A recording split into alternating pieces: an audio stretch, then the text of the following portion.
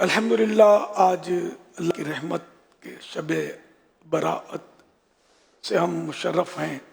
اللہ کا کرم ہے، شب براءت بھی ہے اور شب شفاعت بھی اس کو کہا گیا ہے۔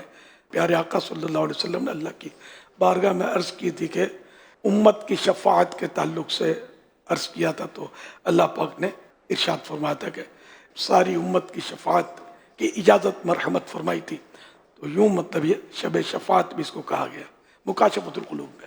تو اللہ کی رحمت چماچم برس رہی ہے۔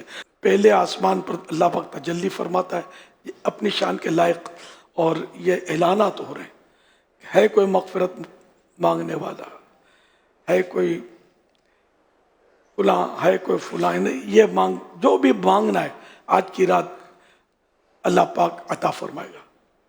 اب اللہ پاک عطا فرمائے گا، کسی پر زیادہ کرم یوں بھی ہوگا کہ نہیں عطا فرمائے گا، نہیں وہ ظاہری طور پر نہ عطا فرمانا ہی اس کے حق میں بہتر ہوگا۔ نہیں مغفرت تو خیر وہ سبھی کے حق میں بہتر ہے، میں ایک جنرل بات کر رہا ہوں، بہت کچھ مانگ رہے ہیں نا مانگنے والے، تو اگر بظاہر اس کا اثر ظاہر نہ ہو تو مایوس نہیں ہونا چاہیے کہ یہی ہمارے حق میں ہو سکتا ہے کہ بہتر ہو۔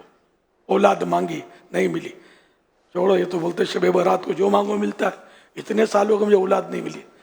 ارے بھائی تمہیں اولاد نہ دینا ہو سکتا ہے تمہارے حق میں نعمت ہو اور ملنے والی ہو، اور اس دعا کی برکت سے وہ آتے آتے رک گئی ہو، کیسے؟